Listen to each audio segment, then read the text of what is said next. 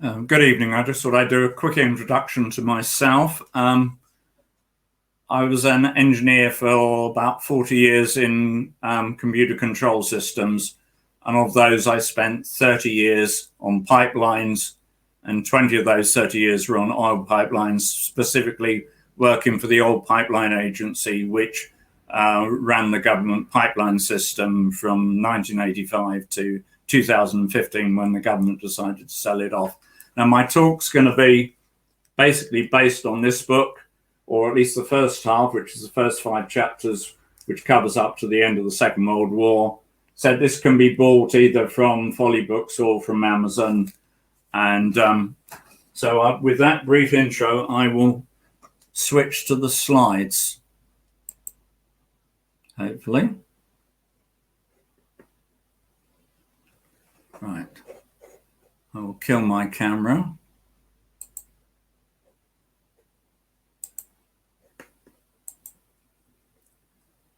Hopefully you can all hear me.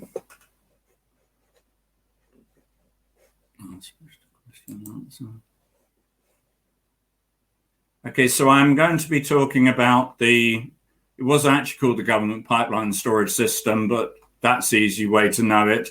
The part it played, how it was developed, and the part it played in the Second World War, including probably the best known part of it, which is the PLUTO cross-channel pipelines.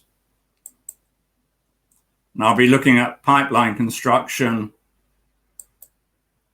tank construction, and PLUTO. I normally, when I give talks where I'm there in the flesh with people, I normally ask people, firstly, how many have heard of the PLUTO cross-channel pipelines, which generally is the vast majority of the audience. And then I ask them, on a scale of 1 to 10, how important do you think PLUTO was to winning of the Battle of Normandy? And I say sort of 7 to 10, very important, 4 to 6, moderately important, 1 to 3, not that important.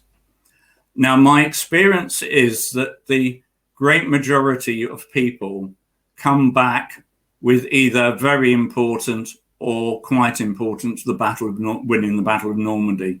Very few people say it was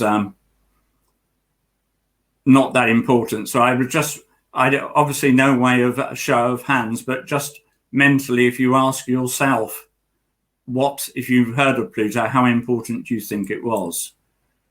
Now, this is an advert from Henley Cables, which came out after the war. Obviously, during the war, PLUTO was a closely guarded secret, as was the whole pipeline system. And this is an advert. They were advertising themselves, the petrol pipelines that made VE possible. And some comments, second only in dairy from General Eisenhower. Churchill, crowned by complete success. The online article was actually based on someone who was involved in the PLUTO exercise, so one presumably should have known. The quote, Bembridge Historical Heritage Society is on the Isle of Wight, and they have one of the PLUTO pumps. The other one is kept by the Imperial War Museum. I then comment, though, that to have a good access to assess how important PLUTO was to the winning of the Battle of Normandy, one needs to consider how much fuel was actually delivered through the key points. And so I put together this table which shows the delivery of fuel but through PLUTO. This is from the Isle of Wight to Cherbourg during the key points of the Battle of Normandy.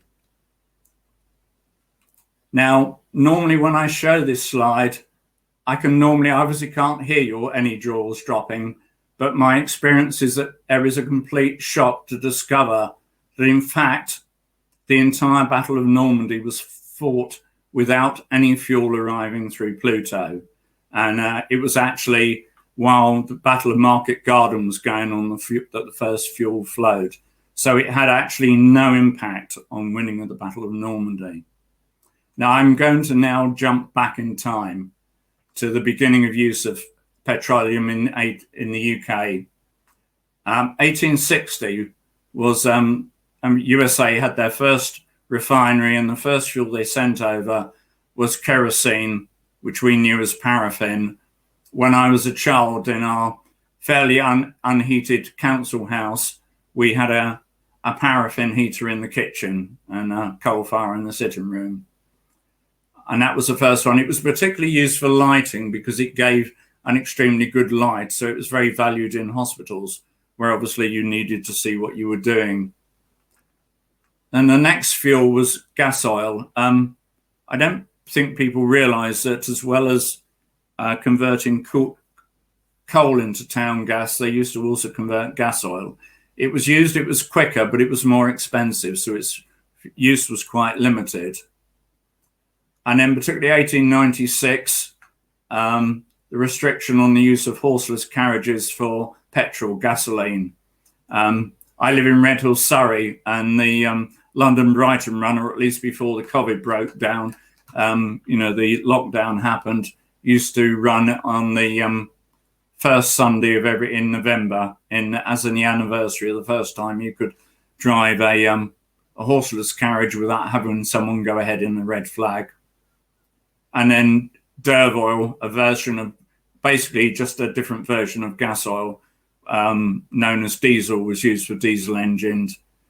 And then fuel oils, heavy fuel oils, HMS Dreadnought, which made all other warships at that time obsolete, it actually ran on coal and as well as oil, but they put oil in because it was just such a far easier fuel to use than oil.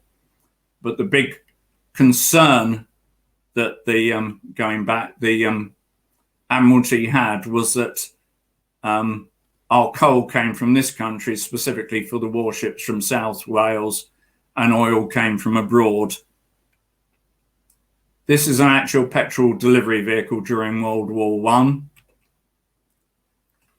And then I just thought I'd go into where petrol companies originated from. Standard Oil in America, founded 1870. In 1911, it was broken up by the American government because of its control of everything. And it broke up into different parts. As I said, the Standard New Jersey bought the Anglo-American Oil Company in the UK, and it was rebranded as SO in 1934, the initials of Standard Oil. The other company was the Royal Dutch, and this was the worry of the Admiralty, that we were reliant on either the Americans or the Dutch. In 1907, they merged with a British oil and distribution company, Shell, forming the Royal Dutch Shell. The ever expansion of the British Empire, we'd annexed part of Burma. There was oil there. Burma Oil was set up to exploit it. And they founded a subsidiary to look for oil in Persia. And the term British Petroleum was actually a German company. It was a German distribution company for fuels in this country. Obviously, it was taken over by the government during World War I, and then it was sold to the Anglo-Iranian Oil Company, which is why it became British Petroleum, of course, now BP. And that is a World War I oil storage tank at Linus that was for Scapa Flow. The tanks were above ground and they were riveted. And they were above ground because nobody thought, obviously we didn't have any worry about bombing in those days, particularly certainly not up in Scapa Flow. But there was a search for try and get secure fuels, petroleum from in this country. One place you can get oil from is shale, and there was some production in Scotland, but it was nowhere near enough, 300,000 tonnes per year. And the Navy alone needed 2 million tonnes. I'm sorry if I'm using this term ton, but it's how the tanks are rated. But as I said, they are 1,250 litres or 275 gallons. The first part of the British Empire, apart from Burma, to have fuel was Trinidad. And then the government did start looking at coal into oil. We tend to think of coal into oil associated with Germany in the Second World War, and also South Africa during the period of apartheid. But they did look at it and it did work. It was just very expensive. So it never really progressed. And said the first oil field in this country was 1919. And 1939, there was a relatively large oil field at Dukeswood near Eckrin in Nottinghamshire. There was a museum set up there, but I've got a feeling it may be shut down now. Certainly my attempts to control it weren't very much. And that's, if you see how much oil production had increased, but in 1939, 280 million tonnes, and the British Empire, 6 million tonnes. That may surprise you, bearing in mind that we effectively controlled Persia, and also there was the area of the Gulf states, but oil production started somewhat later. During the war, we were pretty heavily dependent on fuel from United States. I've got is that a question? Peter Burgess. I can't see any question. I'll move on.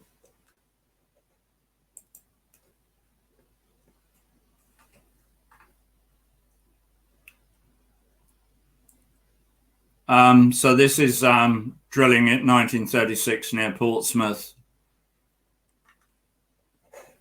They actually brought Americans in to do the drilling. This is at Dukeswood, which I said is the one in Nottinghamshire.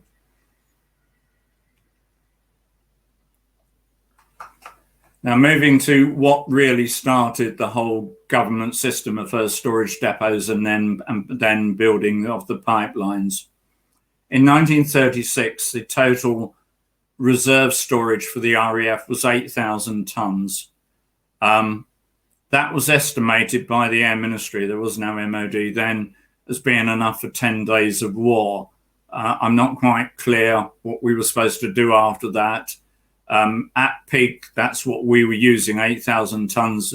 The Royal Air Force and the United States Air Force in this country were using 8,000 tonnes every day. And the vast amount of storage we had was either for the Navy, which had started somewhat earlier than the RAF in building tanks, or commercial. It was in unprotected and densely packed tanks, the sort of tanks that you would see if you were near a refinery.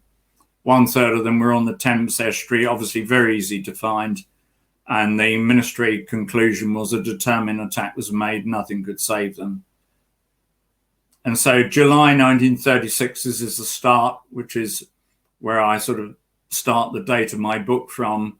90,000 tonnes of protected storage was ordered for the RAF. That was rapidly increased to 290,000 tonnes.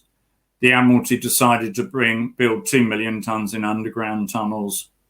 And so it went off. In fact, by 1944, 2 million tonnes of protected storage have been constructed for the Air Force. You compare that with 8,000 tonnes of reserves, and you can see what a massive increase that was. And it's an important aspect because it was in 1936. It wasn't just that we didn't have any Spitfires or Hurricanes. We also just didn't have any infrastructure to support them. So this is building of a semi-buried tank. The decision was made that building buried tanks, which of course would have been safer, was too expensive. And so they went for semi-buried. The basic idea is you dig a hole, you put the tank in it, and then you use the spoil from the hole you've dug to mound over it. So this is the levelling of the tanks. Concrete in the base. And there you can see the tank bottoms with individual sheets of steel on the floor plates. This is inside. The tank columns is about 45 tank columns. I used to have a fairly fraught relationship with both the Environment Agency and the Health and Safety Executive. I remember an EI guy saying, you haven't considered the risk of the tank roof collapsing in. And I said, look, there's 45 columns holding it up. They're not all going to go at the same time.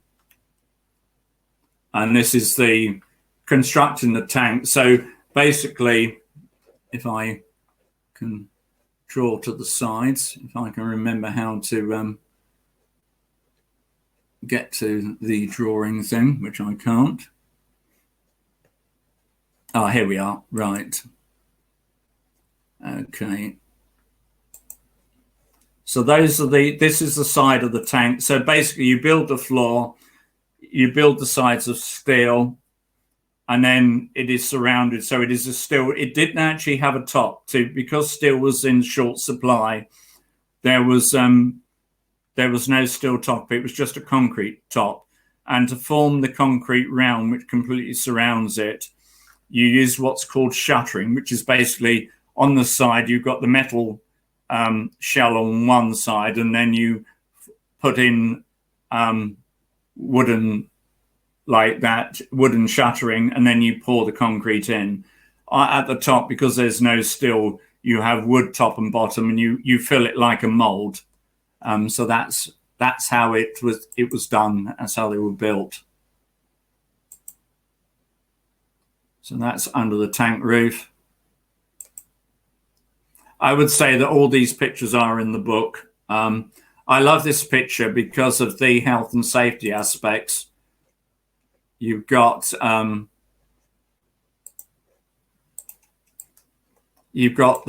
walkway with just on one side. You've got these people here just hanging on off the edge. That's a 7-meter drop.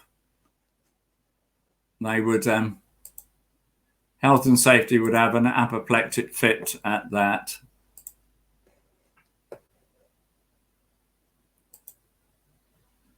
And then the tanks are finally mounded over.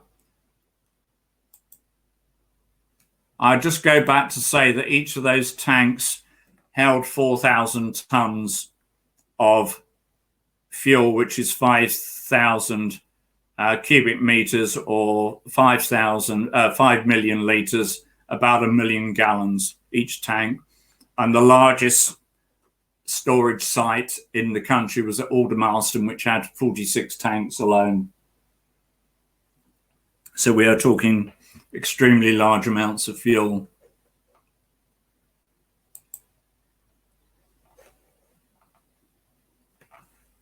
The system initially did not use pipelines. It was built with road and rail gantries, and also some of the sites were built on the coast and could be supplied by tanker.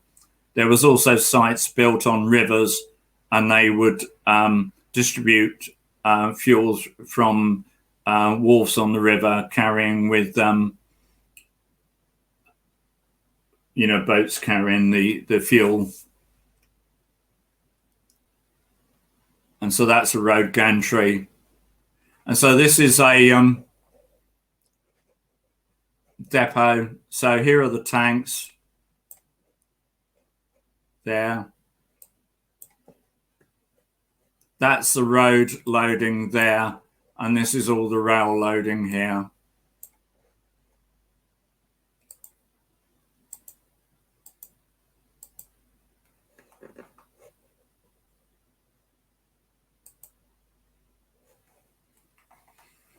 So going through the preparation for war, 1936, as I said, was the decision to start constructing reserve depots. These were the large depots, and they were to be mainly pretty well all constructed in the west of Britain. I think the line ran roughly from Southampton up to Newcastle, and so they were to the west of that line.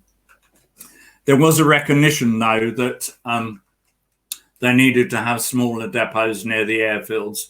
They used a different type of tank, which was much smaller. It only contained about 500 tons, but was much heavier protected. And a typical depot would contain 4 500-ton tanks. So 2,000 tons compared to the depots which were in the west, which might have typically 40,000 tons of fuel. So quite a difference. And the agreement with the petrol companies to form a petroleum board, and they would pool everything into one company in the event of war. And following the Munich crisis, the Prime Minister May declared something about peace in our time, but in fact they speeded up building, with floodlights being set up to allow construction carried on late into the evenings. And it was only in March 1939 that the first distribution depot became operational, more operational in June, July and August. And the first reserve depot, which was somewhat nearer, was at a Mitchell-Dever in Hampshire. That was an unusual one because it was actually built in a quarry. The tanks were completely buried and virtually indestructible. So we come to war. 1st of September, the government takes control of all railway companies. The control centre was Shelmex House, moved to a secure location. Now, I was asked if I knew where that secure location, and the answer is no. I suspect it was because of the documents that I got my history from. It was still secure because they may have wanted it for later usage, and so it was never done. So later, in fact, I think they moved back to Shelmex House when there wasn't the immediate terrible bombing they worried about. And you had everything was made pool, including barges, rail tankers, and every gauge of petrol was made standard fuel. 23rd of September, petrol rationing was introduced. Obviously, everybody realized it was going to happen. There was panic buying. A story I liked was that police went into the flat of these two elderly ladies. You could describe them as maiden aunts. They went up into the attic, and amongst other things, they found full of petrol, which of course was a highly flammable substance. And this was in an area liable to bombing. And they had a hip bar full of petrol up in the loft. Now, one of the things that surprised the government was that they just could not reach the stocks, 800,000 tons below target. Now, they'd expected stocks to fall off because they expected there to be bombing from the start and lots of fighting. Now, up to May, the phony war, there was very little fighting. There was no bombing. There were all sorts of reasons why we couldn't get fuel through. For example, we formed convoys, which was obviously a good decision. But tankers actually sailed faster than other ships. They were slowed down by the general other merchant ships. They had to get together in convoys in one area, which took time. They took longer to sail over from North America. And the other problem was when they arrived at the ports, they arrived in a big group. Normally one tanker would arrive and then another one a couple of days later. You'd instead get half a dozen tankers arrive all at the same time. And so it took the ports longer to go and actually process and unload all the fuel. Now, another irony, with the fall of France in June 1940, our position improved. We didn't have to supply the French with fuel any longer, and also our stock of tankers, because the Germans had also invaded Norway, which had a large tanker fleet, and the Netherlands. And basically after the fall of France, we were about the only country that wanted tankers. The Soviet Union didn't need them. Obviously, the Germans would have liked them, but they obviously couldn't import fuel because of the blockade. The Americans, again, didn't need them. So we had a pretty well demand on them. So if you wanted your tanker to be used, you had to lease it out to the British. So this is a former BP tanker, now fuel. You can see how much smaller the tankers were then compared to these days. And that's got on the side Shelmex and BP Limited. They were the main operator of the system during the war. And they're 1 6 for a gallon, which is 7.5p, about 1.5p a litre. So petrol has gone up a little since then. On the black market, the cost was 6 and 6, which is 32.5p per gallon, still a bit cheaper than it is now. And that Shelmex House still there. You can see that from Waterloo Bridge, and that was the control of the whole system. And this is the teleprinter room. When I was writing my book, I used to ask my sons if they knew what things such as teleprinters meant, and when they didn't, I felt I had to explain them, where you typed in at one place and then it would automatically print out at the other.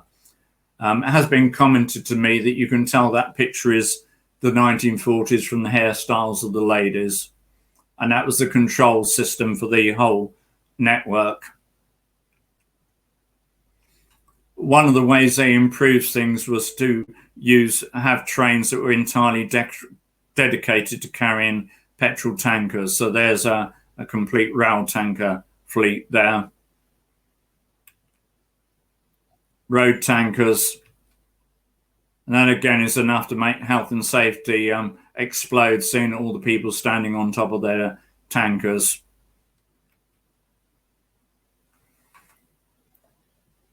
I really quite like this picture. I don't know if you can see, but if I go to the drawing again,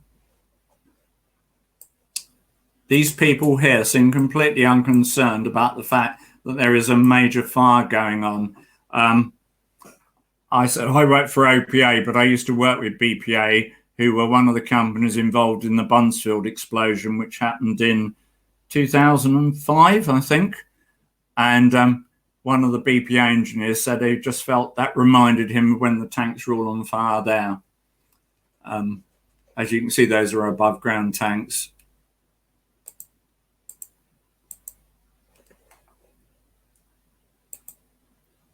And that is a Luftwaffe picture showing a direct hit on a storage tank at Purfleet. Now, it's often thought that during the early part of the Battle of Britain, that the Germans only attacked our airfields and the radar, but they did actually attack things as petroleum storage depots, even in the early part of the war. Once they started, they were considered legitimate targets. Now, at this particular depot, 2 managers and an engineer were awarded George medals. Basically, what happened was a tank was on fire, or there was fires all around the tank, I should say. Gas was venting out of it due to the heat, and the gas was starting to ignite, and there was a danger that the whole tank would explode. And these 3 people went, obviously at great risk to themselves, which is why they got George medals, fixed up some hoses so that they could actually take fuel down out of the tank so that it wouldn't explode. Now, firemen were obviously, there were fires and pools of fuel all around. And one of the firemen, pausing for a moment, went to light up a cigarette and was shouted at by the local guard, "Put that cigarette out, you can't smoke on these premises," when there were fires all around. Now, 24th of, I'm sure you're aware of the things that during the Battle of Britain, the turning point was when the Germans accidentally bombed London. We retaliated by bombing Berlin, and then they switched their attack to bombing London. And it was actually when they were, the bomber that accidentally dropped bombs on London was supposed to be attacking the Shoalhaven oil installation, I think got lost and just jettisoned its bombs unknowingly. It was over London. An example, I'm not going to go through all the raids, but these are some of the examples in September. Purfleet going, the last really heavy raid on a depot was March 41 on the Clyde, and it destroyed 10 tanks that were unprotected. Altogether during the war, 500,000 tons of above ground storage tanks were destroyed, and only 2 protected tanks, 8,000. So you can see from the numbers the difference that having protected storage tanks made. And this is a bund wall. Again, sorry, along there. The thing is with tanks before the war, modern tanks are all completely bunded because they're concerned about leaks and pollution, but nobody bothered about such things prior to the war, and so tanks were compacted as close as together. And they found if you put bunds, when you drop a bomb, most of the fragments go parallel to the ground. So by putting a bund in, you provide a lot of protection for the tanks, even if they're still above ground.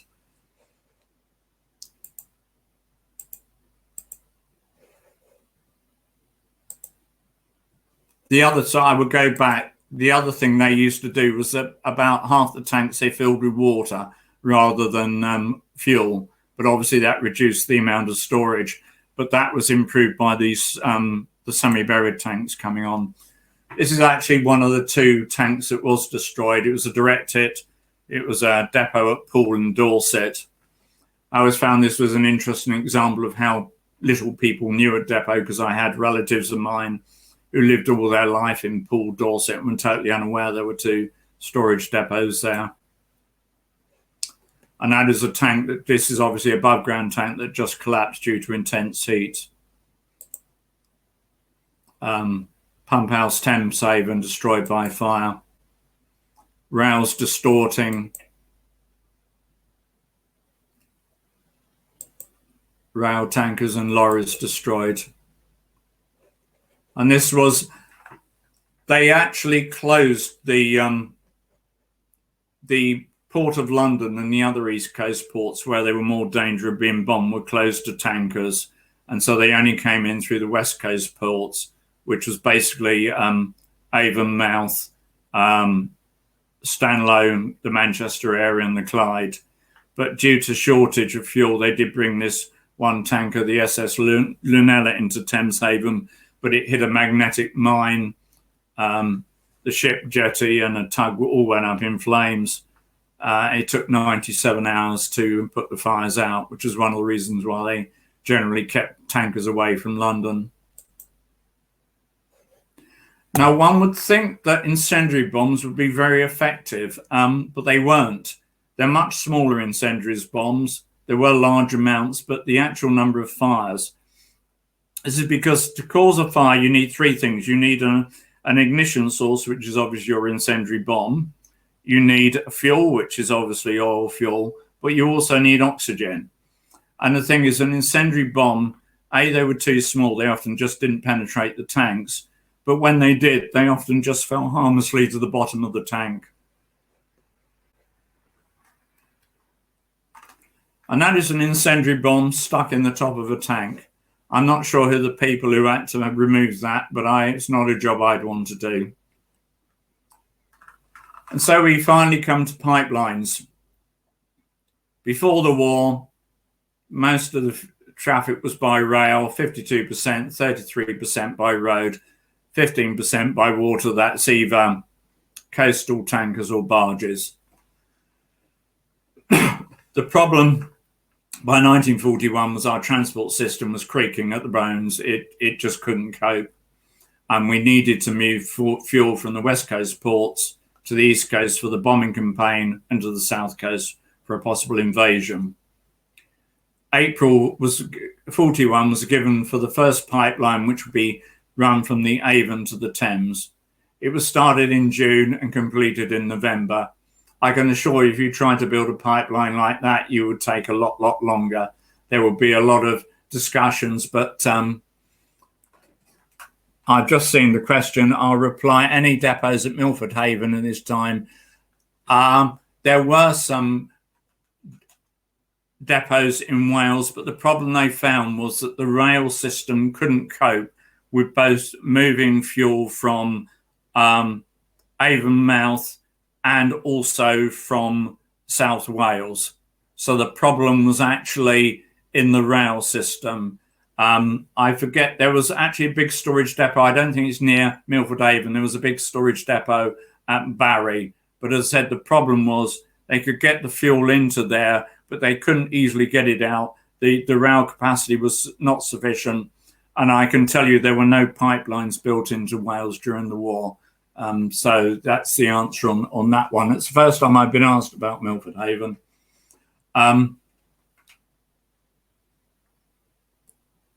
It was to be 100 miles long, part 8-inch and part 10-inch. I was puzzled by this mix mash of sizes. I later found the reason was that they were going to end the pipeline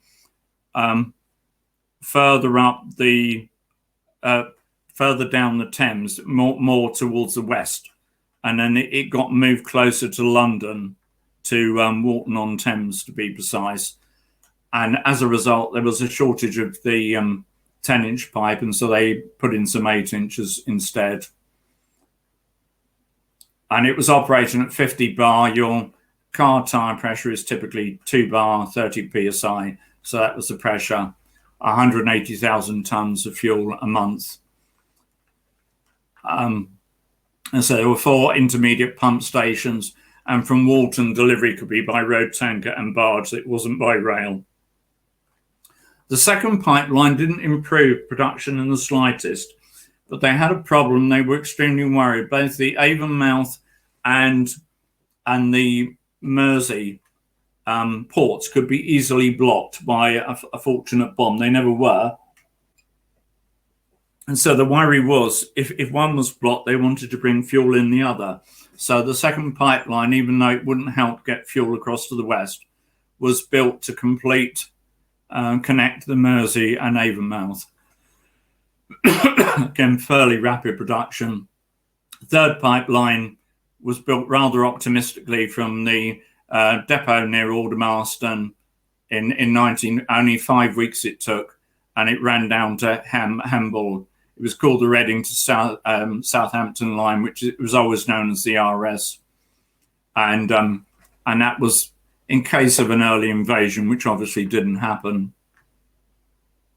50 bar is typical on the GPSS. You could operate at higher pressure. Some post-war pipelines were built with thicker pipe and could operate in theory up to about 99 bar, subject to the condition. But that's typically that's certainly typical for the wartime. They didn't go higher than that during the war. Some of the smaller pipelines probably going to airfields operated at a much lower pressure. So pipeline construction. This is most of my pictures are pipelines that were built in the 1950s, but this is an actual Second World War. Now I wanted to emphasize one thing, because in the wiki article before I corrected it, and also elsewhere, I remember seeing a film strip, was the thing that these pipelines were built in the dead of night. They weren't. They were built in daytime. Obviously, the people weren't told it was a secret pipeline. I've met some people who can actually, near where I live, when I've given talks, who can, just a moment, sorry, we've got the answer right. The answer, the Aldermaston depot is, can I ask people to stop questions at the moment? Just for a moment, I'm getting, the depot is not quite at Burheath, it's at Padworth, which it's about 3 miles from the atomic weapons place. The NS, none of the pipelines were wielded when they were first instilled. They were used actually something called a Vitolic coupling. They basically they could wield tanks by this time, but they didn't know wielding pipes was in its infancy. They were trying to build these in a hurry. So they were built, it's like, I don't know if I've got a picture of a Vitolic coupling in here. Probably not. I'll show it if it comes up later. I can't remember whether I've got it. They're not flanged or welded. As I said, they were joined by a coupling. It's like a collar put over the top. This was later in the post-war period to lead to a lot of problems because they had a habit of leaking quite regularly. It was the staff quite liked it because they were constantly out on overtime repairing it. But in the 1960s, there was a major policy. The whole system was effectively relayed with welded pipelines to stop it leaking. But that applied to all the pipelines. None of them were welded before the war. So this is pipeline construction. Oh yeah, what I was going to say before any questions was the reason you wouldn't build a pipeline at night going back is they're not built in small bits. You dig a long trench over an extended period and fill it in. So it's not light, so you can't cover it up particularly easy. If you dig a pipeline, it's going to leave a scar for a considerable period. So a reconnaissance plane is going to spot it anyway.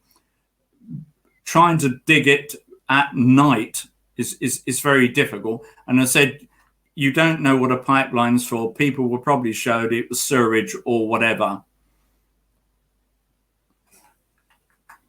Isn't it case that in World War II wasn't exactly sure where the Germans might invade, anywhere from Scotland down to Kent and around? Well, just basically, Hilary, the presumption was still that they would land primarily in the Kent and that area, because obviously it's a shorter distance, and it's what we initially were going to go in the other direction. They just put the storage depots a long way away.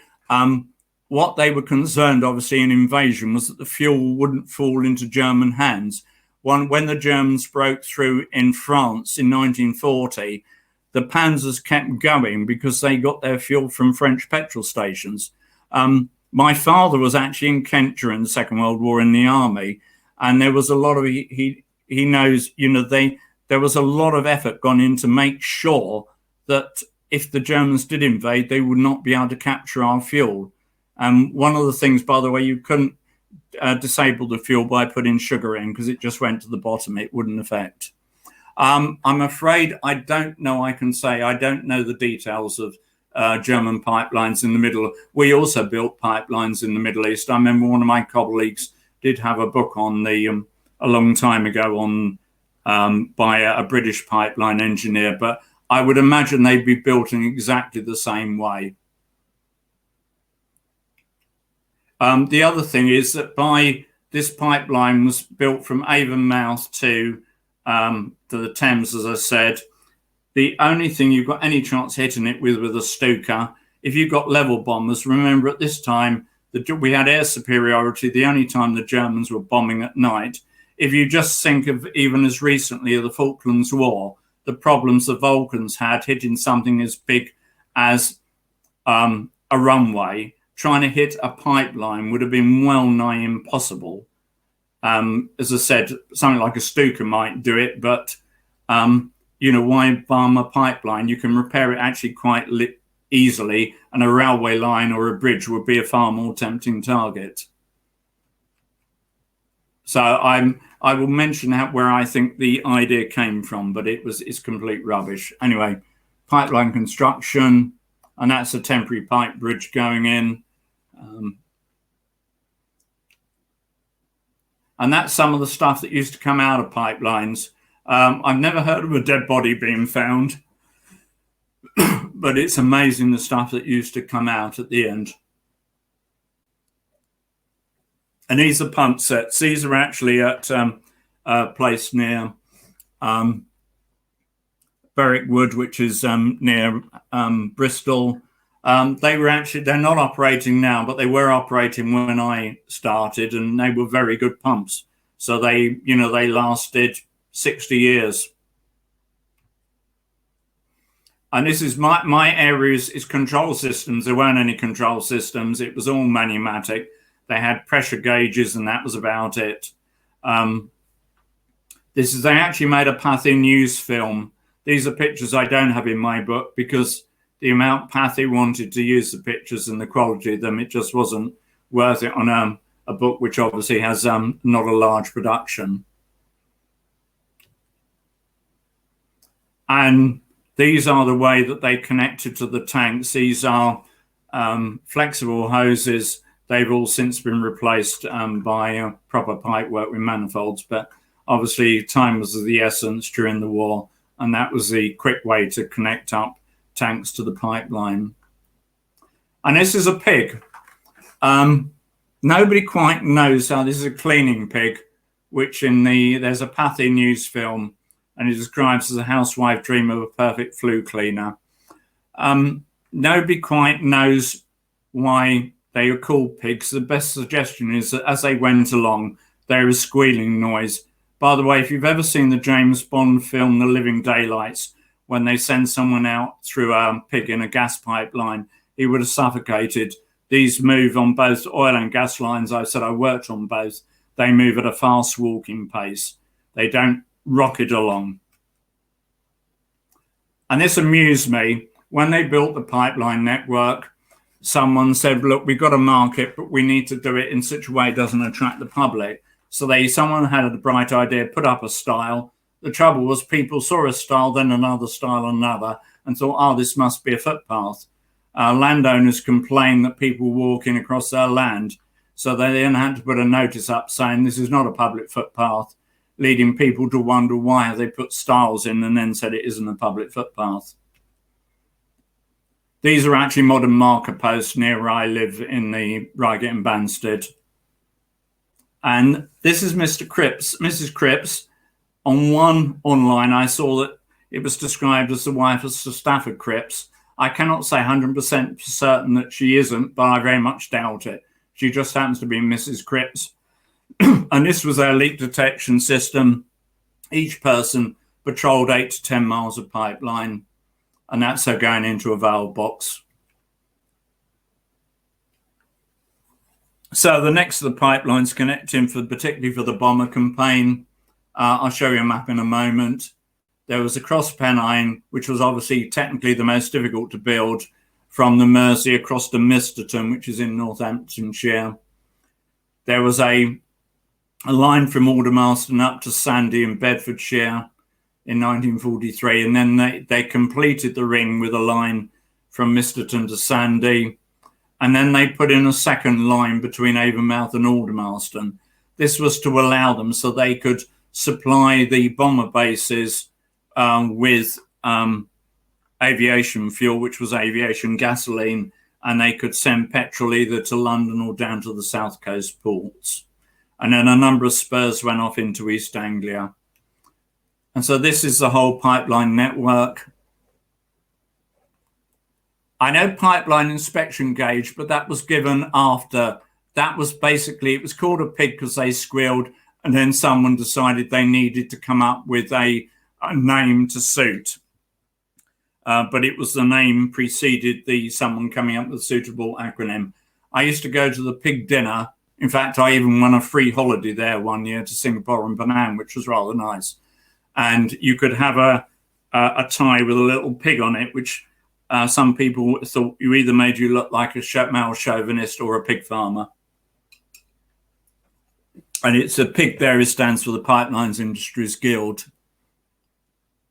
But the answer is yes, they did pig lines, but they only pigged them cleaning. The intelligent pigs come much later. And if you hear my later talk, I will talk about intelligent pigs, but not this time. So you can see basically the entire network as it was completed, including the parts to do with PLUTO in 1944. And so we come to PLUTO.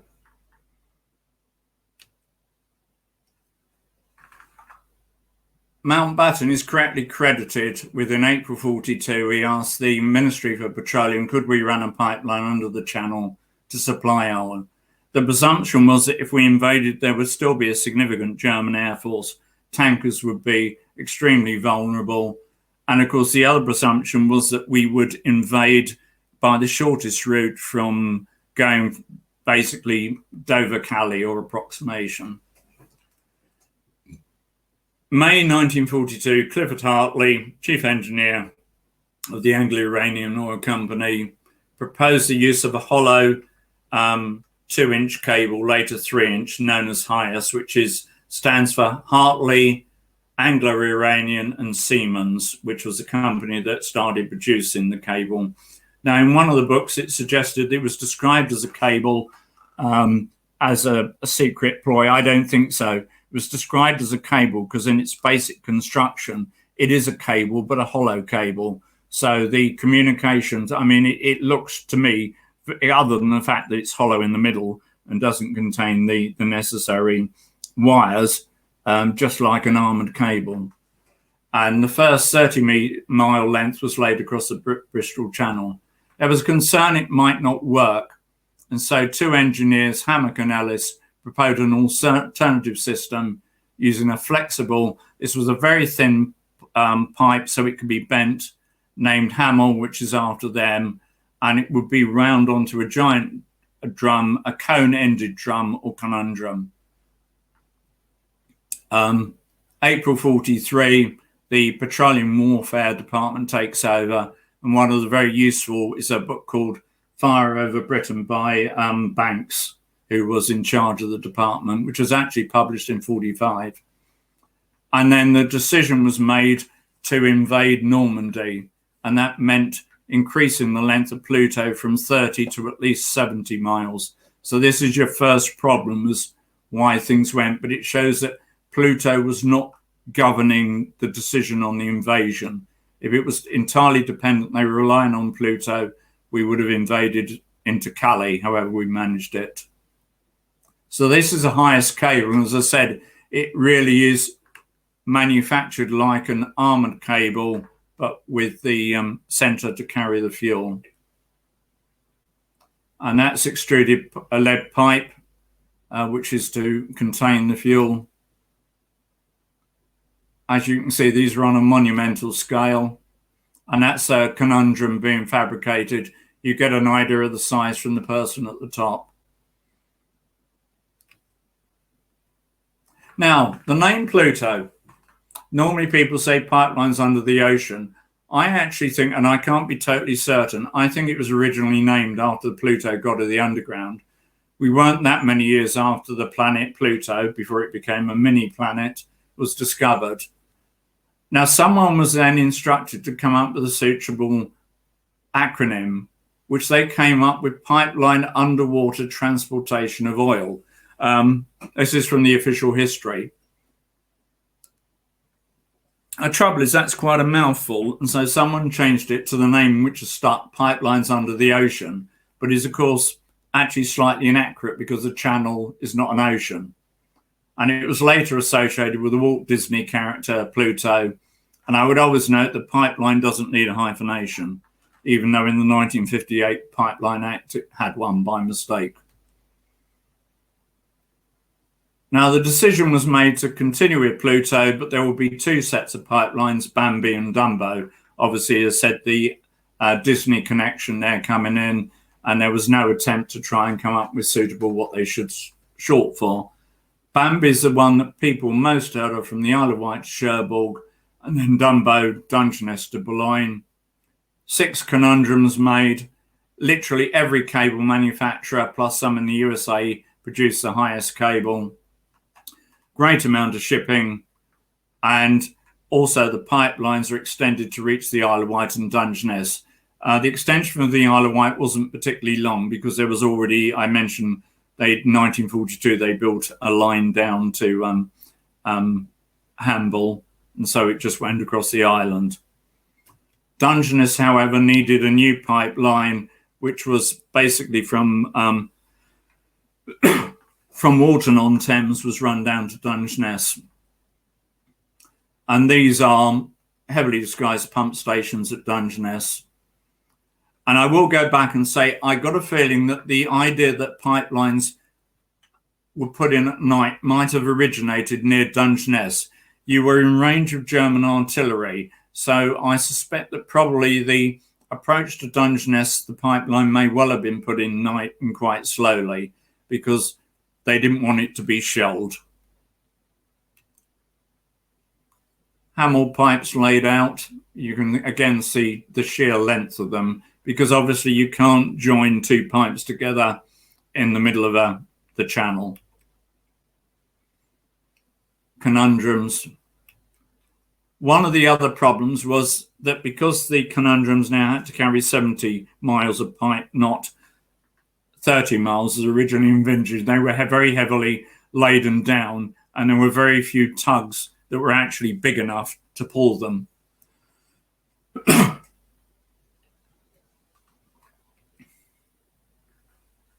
So Bambi, what went wrong?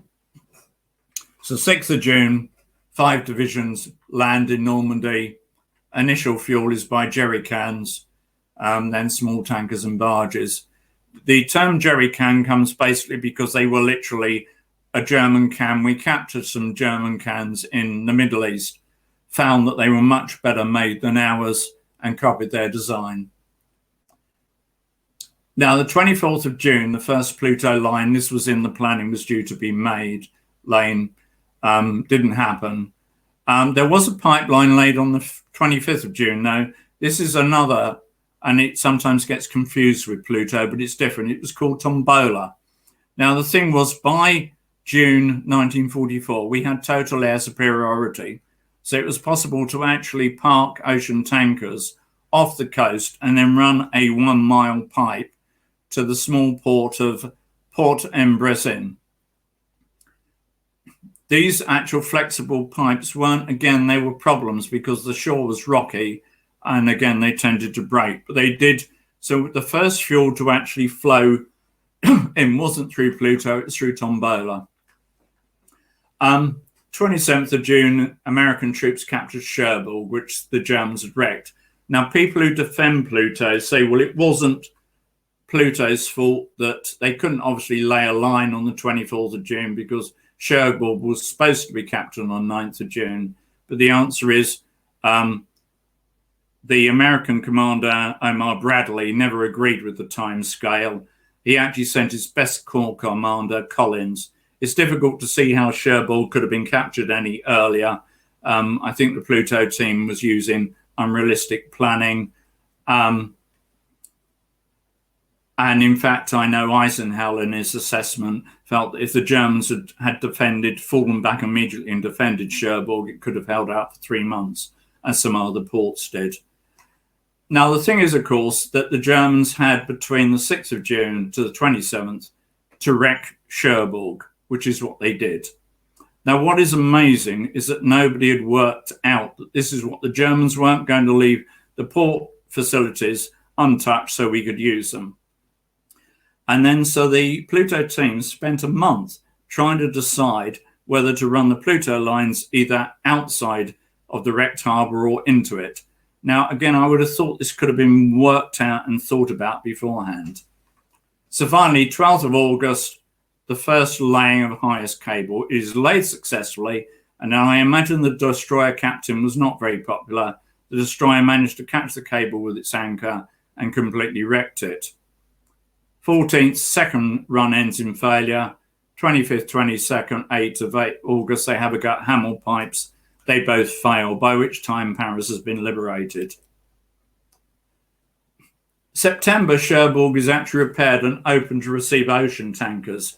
So we're already getting fuel coming in through ocean tankers through Cherbourg before PLUTO starts. But on the 2nd of September, US Third Army under Patton runs out of fuel. I use this for one of my chapter titles. My men can eat their belts, my tank's got to have gas. Now, I'm not blaming that failure entirely on PLUTO. Even if it had been running, we could well have run out of fuel because we were just advancing so fast at this time. 4th of September, we capture Antwerp undamaged because we'd gone so fast the Germans didn't have a chance to wreck it. But if you know where Antwerp is, you've got the Scheldt estuary on both sides. If you don't clear the estuary, you can't use Antwerp because the Germans can put artillery, which will pick any ships going in. And unfortunately, Montgomery, probably the biggest error he made during the war, he didn't order the immediate clearance of the Scheldt estuary. So it was a considerable period before they managed to use Antwerp, which some people said ensured the war would not be finished by Christmas. And then wonderfully, at last, 18th of September, highest cable successfully laid. And so finally, 22nd of September, 3 months late, first fuel throws through Bambi. And then 29th, first Hamel pipe successfully laid. But they'd been running at low pressures. On the 3rd of October, the pressures increased. They both failed. It was at this point, we were so far away, the conclusion was there was no point trying to run any more lines into Bambi. It was just too long on us. Excuse me, 70-mile run. It had only delivered 3,300 tons over 10 days. That's the amount they'd expected every day. And I calculated if you take all the fuel delivered from D-Day to VE Day, that was 0.1% of the total. So these show, I'm getting on rather long. So these are the lines showing how we expanded compared to the actual lines. They're a bit complex to take in. They're best to look at in detail on the book. And this is a great fuel dump.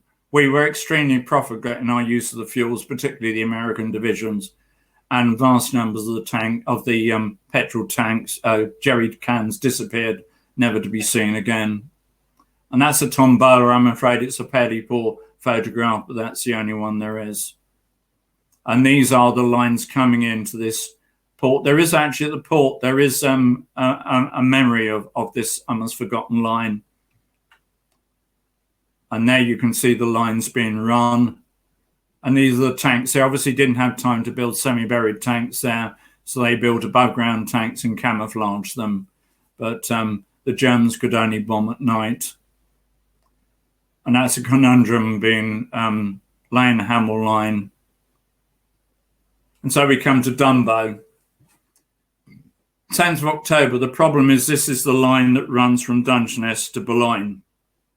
First problem, we're getting on in the year, the weather's getting worse. 27th of October, first fuel flows through. They are getting better at laying. So by mid-December, there's 4 operational, but the flow rate's 700 tons per day, not 3,300. At this point, the Navy did wonder whether we should abandon it, but the decision was to continue with Dumbo, lay all the highest cables and Hamel pipes to try and reach full capacity. Now, they actually hadn't reached full capacity until after VE Day, and lines continued to be laid up to July as it finally reached its final capacity, with 17 lines running. In all, 8% of the fuel delivered up to VE Day was by Dumbo. In some books, you'll see a higher figure. They do this by including the fuel which was delivered afterwards. But that obviously, fuel delivery after VE Day did obviously not help win the war. And so Dumbo was more successful. And this is not my conclusion. This is from the officials' history, but at a time when success was less important. Now, I think this I always think is a bit of a cheat, this map, because if you take this line here, you get the impression looking at it that you can get all the way from Stanlow to there. You couldn't, because those 4 lines had all gone.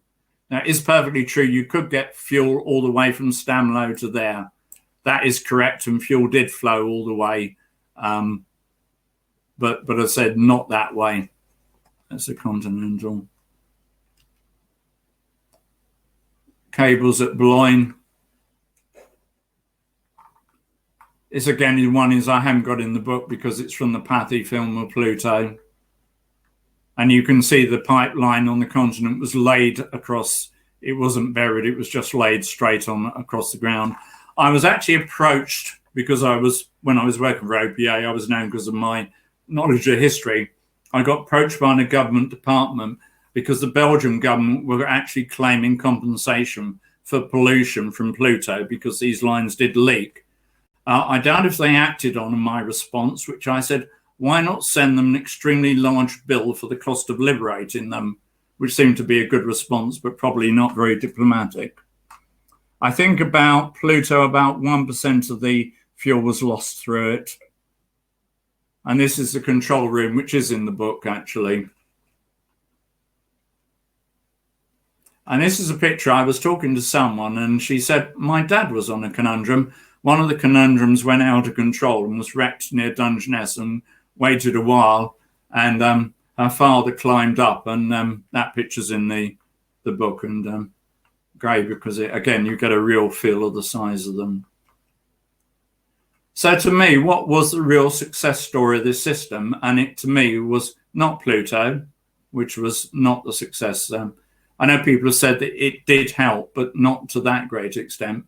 But the whole pipeline system, which I must admit, when I was interviewed in 1990, I'd never heard of it. And in the period of 44 up to VE Day, was carrying 250,000 tons every month. No air missions were cancelled either through the Battle of Britain or the bombing campaign. As I said, they did run out of fuel in Normandy, but it wasn't the fault of this system.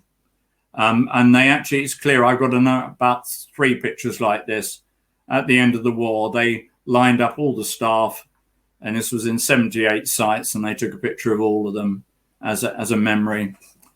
Okay, well, that's me finished. So I'm now open for any questions.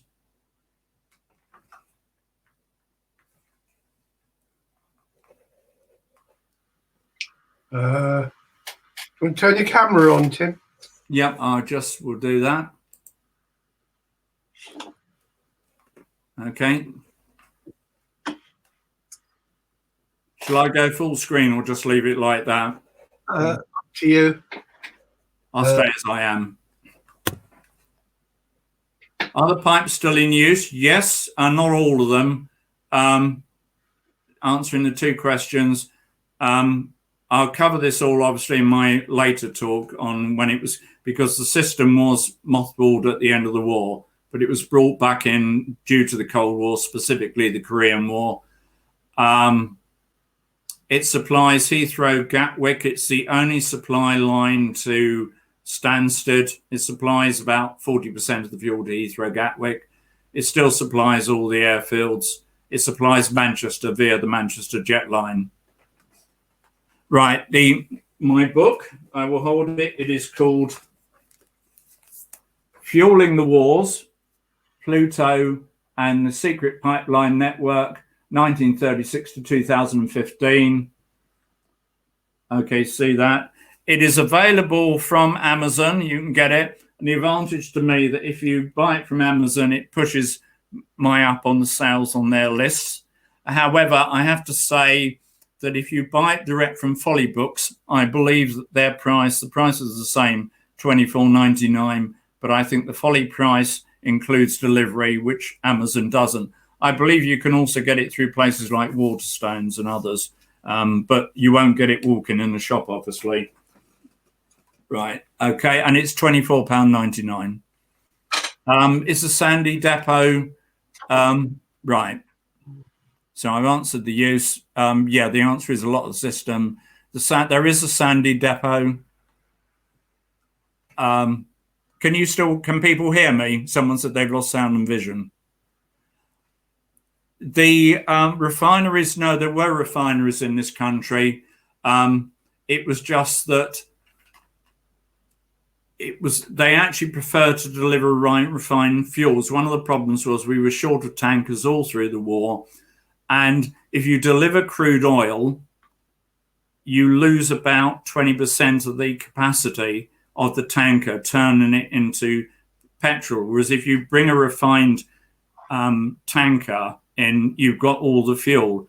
Some of you may remember the Torrey Canyon, which went off, it was wrecked off the coast and was leaking. That was carrying crude oil for the refineries. And that was why it was so difficult to ignite. The people remembered that tankers during the war went up, very much so, was because they were carrying refined fuel. I'm not aware, I live near Purton and try and go around. Yes, the Purton depot, I think, is now closed. The only base that's still operational is Bryce Norton. And I think that's now supplied by Aldermaston, but it was a very important wartime depot. I went there many times. We had a submaster control system there. Unauthorized holes, I'm not aware during the war. They used to leak. I'm sure possibly people more walked away with jerry cans. Do the reserved under Portland Hill, Portsmouth, any link? No, they're Navy. Did you include oral histories from those working on build and maintain the pipelines? And yes, I did include stories. I think the one I liked and did include this was a guy I actually know quite well. In fact, he even came to my second wedding. He was a young apprentice there, and it was that he was filling the last ever barge that was filled, and he was proudly telling the barge guy about how fast they could fill it, and the barge guy was not impressed at all and said, I could piss quicker than that. A point maybe you're interested. The last surviving Royal Engineer officer where the project and his team had no who actually designed the cable pipe. Thanks for that, Jacob. Yeah. Was fuel quality ever variable or plastic? I felt that based in had engine problems. There was difference between the British and American fuel qualities. I think it was still quite highly defined then. And of course, one of the key advantages we had over Germany was we had 100 octane fuel, which they didn't. Organising COVID vaccines, undoubtedly. I mean, one of the advantages was there was no held up. you decide in the war to build a pipeline and it just goes ahead. No, you don't have planning permission or anything like that. If the Germans took back control, would the pipelines... Sorry, I'm not quite clear on that meaning of that question. Disconnected, is this more like when they invaded... I don't think the pipes have been put in Continental. If we're talking about the lines going out from Dungeness, I don't think they weren't finished until February, so the German counteroffensive in the Ardennes had been defeated by then.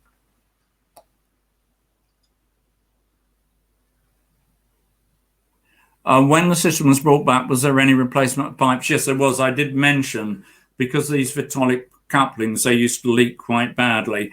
I got a paper written in about 1960, which refers to the fact that they leaked extremely badly and it given a bad reputation. So there was, in the mid-1960s onward, the whole pipeline network was replaced with welded pipe. I actually did OPO was a very small organization, so I did a geographic information system, and looking at the old maps, we plotted the old pipelines, and basically every pipe had an abandoned pipe alongside it.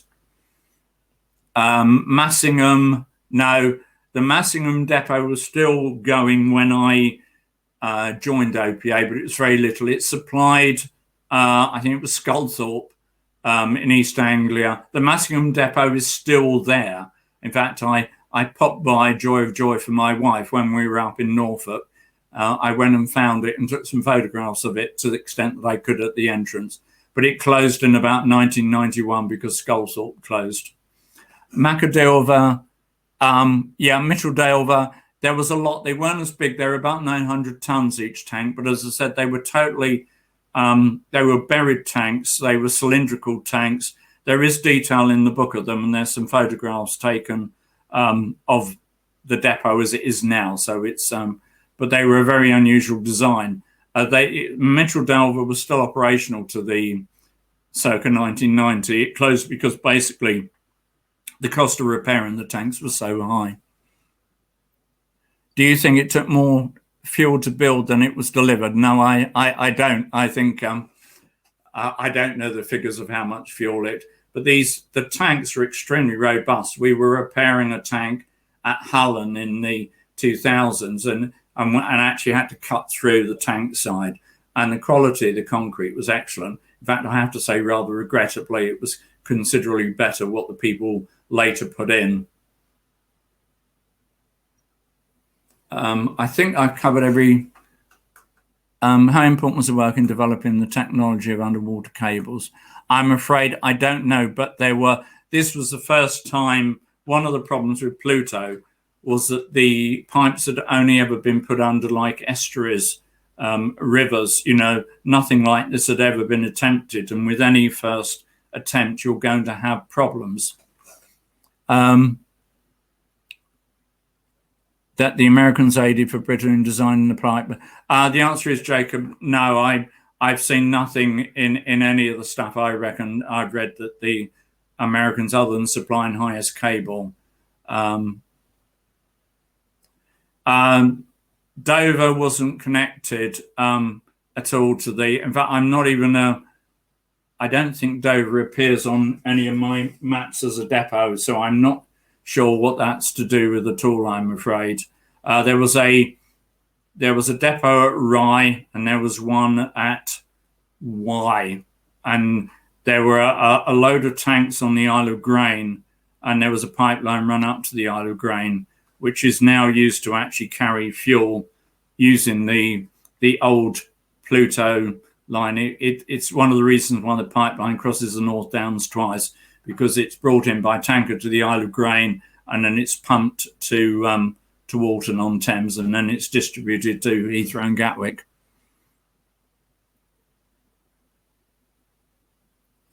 No, as far as I'm aware, I believe they did use what earth-moving equipment they had. So yes, trying to dig with that would have been... Unfortunately, most of the photographs I've got are post-war from the 1950s. I'm afraid the wartime pictures of sort of disappeared into the depths. But I don't think there was significant changes in terms of the actual, and the tanks were certainly constructed in exactly the same way. In fact, if you ever want to see a tank and go inside a C2 semi-buried tank, you can do it very easily. If you go to Tate Modern, which was an oil-fired power station, down in the bottom is what's called the tanks. And they are exactly the same design as these tanks. They are C2 tanks, and you can walk inside and you can see the tank columns and how they were laid out. So that's a very easy way. I don't know about the satellite. Banks' book, Flame Over Britain, has a chapter in which he deals with all the sort of systems that they had in to use fuel to actually hamper the invasion. And there are all sorts of different devices, which there's a whole chapter. I mention about it, but I don't go into a great deal of depth because it's outside the the covering of what I'm doing on the pipeline system. They also used fuel to try and clear fog from bomber bases by burning jets of kerosene to clear the fog. But that's in Banks' book. The trouble is, it's extremely. I've got a copy, but it's not easy to get hold of. You can only get it secondhand. So I don't know what starfish sites are.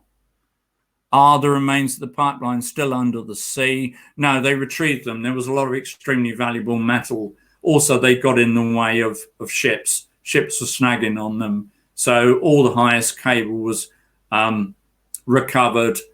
Most of the Hamel pipes. One of the problems, the Hamel pipes tended to break anyway. They were only estimated that they'd only last for about 8 weeks, I think it was. In fact, I think they lasted slightly longer. But because they were so thin-walled, because they had to be wound around without kinking, it meant that they obviously tended to go. Obviously, at this time, it must be said, the fact that when one went, you would get a lot of fuel spilling into the channel was just considered to be one of these things that happen in war. But no, they were retrieved, and it was economic to do so because of the large amounts of lead, copper, and steel in them. Okay. What a wonderful presentation, Tim. I enjoyed it. I think everybody else has enjoyed it. So on behalf of Subterranea Britannica, thank you very much.